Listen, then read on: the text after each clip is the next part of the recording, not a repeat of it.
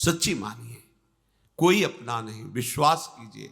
अज्ञान के कारण आपको लग रहा है कि मेरा बहुत प्यार करने वाला, बहुत सुख देने वाला मित्र है, पिता है, परिवार है, ये भ्रम है। आगे चलकर जब आप विवेकवान बनेंगे तो आपको खुद दिखाई देगा कोई आपको नहीं चाहता। सब अपने देह भाव से युक्त होकर सुख की आकांक्षा से मोह में बंधे हुए डोल रहे हैं। प्यार करना तो केवल प्रभु ही जानते हैं, प्रीति की रीति रंगीलो ही जाने। प्रेम का क्या स्वरूप है प्रभु जानते हैं। तो प्रेम प्रभुमय है और प्रभु से ही हो सकता है, और प्रभु ही प्रेम करना जानते हैं। यहां तो सब स्वार्थ, राग, मोह, आसक्ति, कामनाओं के वशीभूत होकर प्रियता दिखाना, ये सब नाटक माया का चल रहा है। तो पहला लक्षण है शरणागत भक्त का अपने प्रभु का नित्य निरंतर अनन्य भाव से भजन करना। दूसरा है अपने प्रभु के ही भाव में संपूर्ण विश्व को देखना। जिधर मैं देखता हूं मेरा प्रीतम ही है, दूसरा कोई नहीं। अखिल विश्व को अपने आराध्य देव के रूप में देखना। तीसरा है मैं जितने भी कर्म हो रहे हैं देख रहा हूं कि इनमें मैं कहीं करता नहीं हूं, मैं एक यंत्र हूं, मेरे प्रभु मेरे हृदय में बैठ करके करा रहे हैं। चौथा, मेरे प्रीतम से बढ़कर त्रिभुवन में कोई वस्तु, व्यक्ति, स्थान, पद, प्रतिष्ठा नहीं है। इसकी भी व्याख्या हो चुकी है।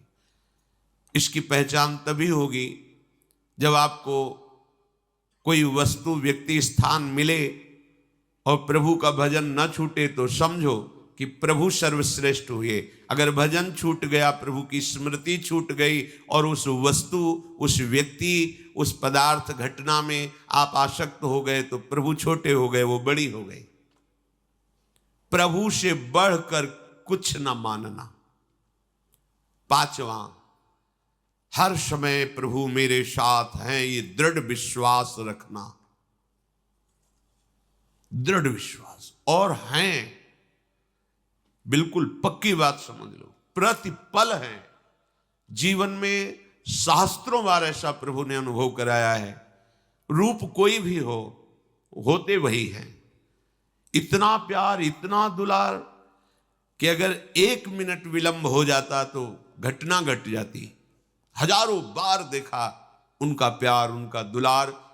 वो उनको कहीं आना जाना नहीं, जहां आप हैं वहीं वो हैं। दृढ़ विश्वास होना चाहिए। देखो, दृढ़ विश्वास में ही भगवान का अवतार हो जाता है। तलवार लिए हुए भयंकर शक्तिवान हिरण्यकश्यप प्रहलाद जी को खंभे में बांध देता है। कहां है तेरा भगवान? हरि हरि ऐसा बोलता है। अब देखूं कहां है तेरा हरि, तुझे कैसे बचाएगा? 5 वर्ष के बालक प्रहलाद जी हैं।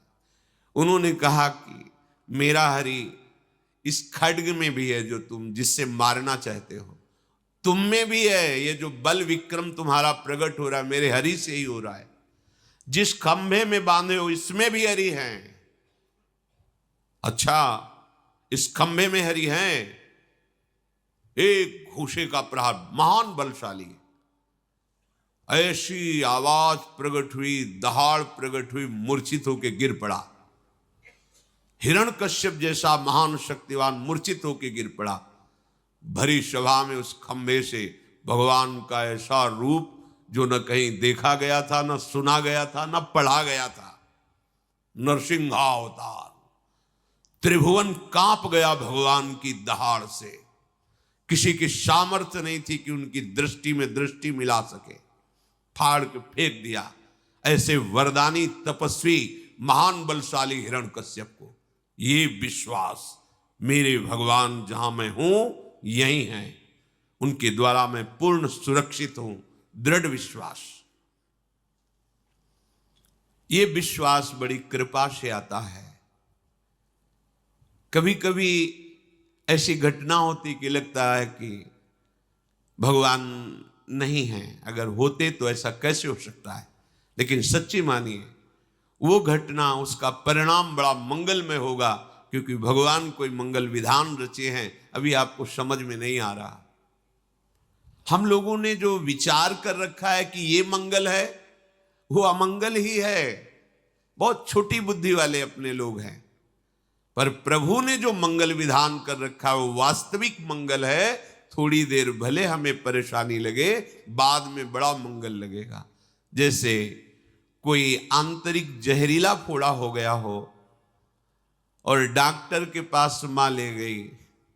डॉक्टर ने कहा बैठने की तो गुंजाइश नहीं है, अब तो इसका ऑपरेशन ही होगा। मां पैसे देती है, हाथ पैर बंधवा देती है उस बच्चे के, और डॉक्टर को लिखित दे देती है कुछ भी हो, तुम्हारा कोई दोष नहीं, आप ऑपरेशन कीजिए।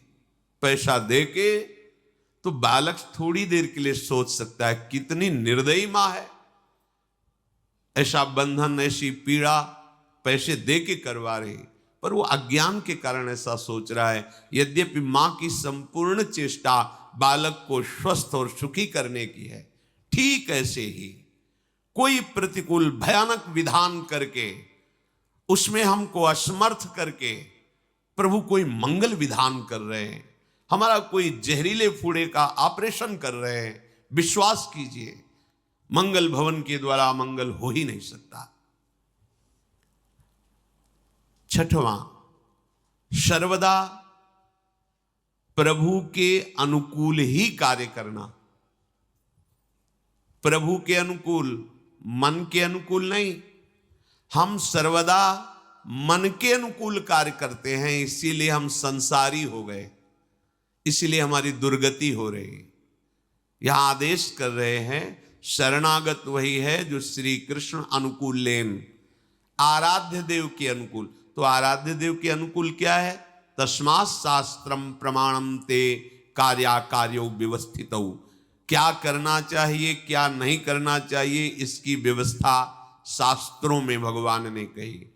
वो तो हमने पढ़ा नहीं, तो सत्संग सुनो, शास्त्र का सार आपको मिल जाएगा।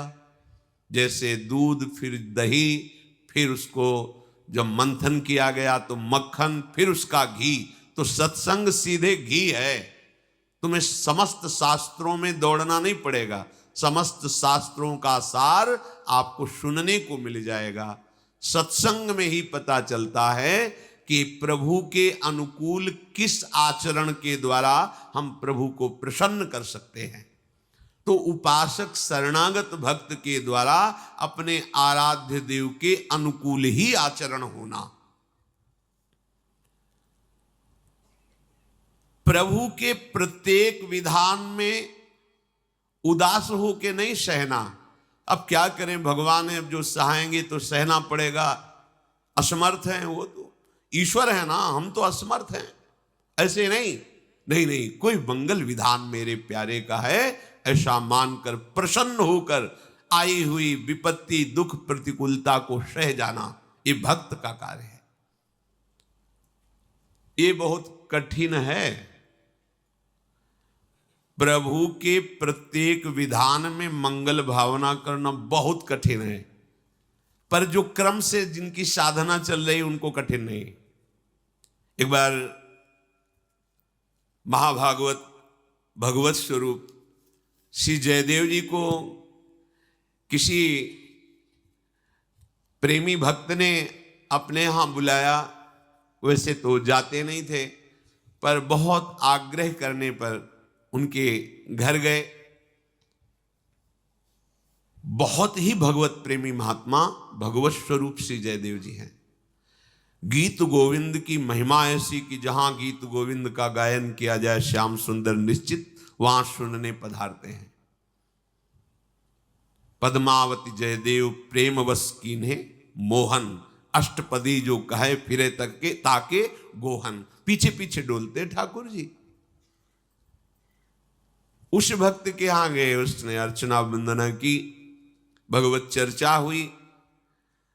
अब वहां से जब जाने को उद्यत हुए तो उन्होंने कहा, महाराज मेरी बहुत प्रबल इच्छा है कि आपको हम कुछ भेंट दें, क्योंकि संतों के पास जाए या संतों को बुलाए तो फिर ये बनता है खाली हाथ जाना, गुरुदेव के पास संत महापुरुषों के दर्शन करने या भगवत श्री विग्रह के दर्शन करने।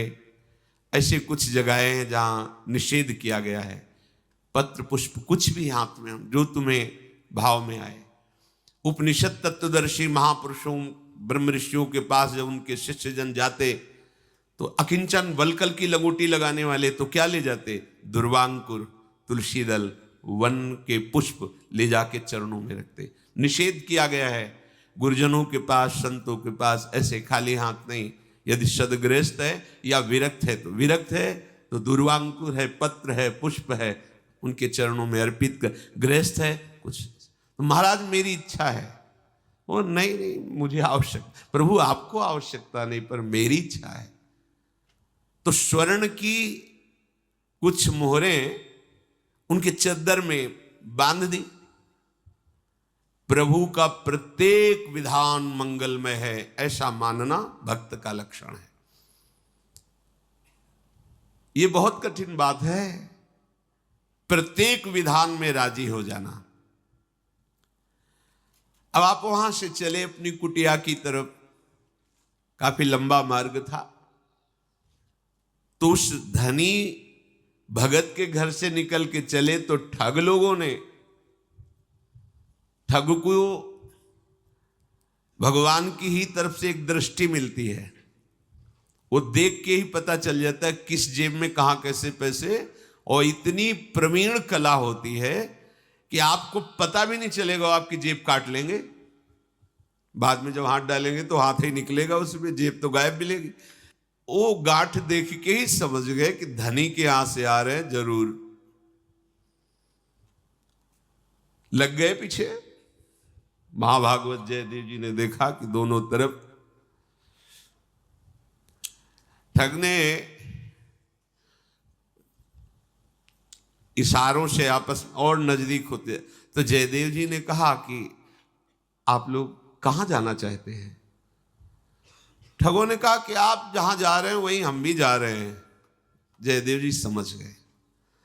जयदेव जी ने कहा कि वो भगत के यहां गए थे तो उसने कुछ ये स्वर्ण मोहरें दी, देखो हम तो भगवान के आश्रित रहते हैं, मुझे इसका भरोसा तो है नहीं, आप इनको ले लीजिए, कुछ खरीद लाइए, खाइए पिए, आनंद लीजिए। अपनी चद्दर की गांठ खोली और स्वर्ण मोहरे दे दी, ले लीजिए आप इन्हें। अगर आपको ऐसा है कि इनके लेने के लिए भाव नहीं, तो देखो हमें जाना है और आपको भी वहीं जाना है, तो रास्ते में कोई ठग ना मिल जाए, इसलिए आप रख लीजिए। दोनों भाव से कि इनको ये ना लगे कि मेरे को ये ठग समझकर शायद दे, बोले रास्ते में मिल जाओ, मैं अकिंचन बाबा जी हैं, आप रख लीजिए। उन दुष्टों ने सोचा कि बड़ा चालाक भगत है, अभी तो ये दे रहा है, आगे चलकर फंसा देगा, बहुत चतुर है, देखो बिना मांगे हमको दे दिए।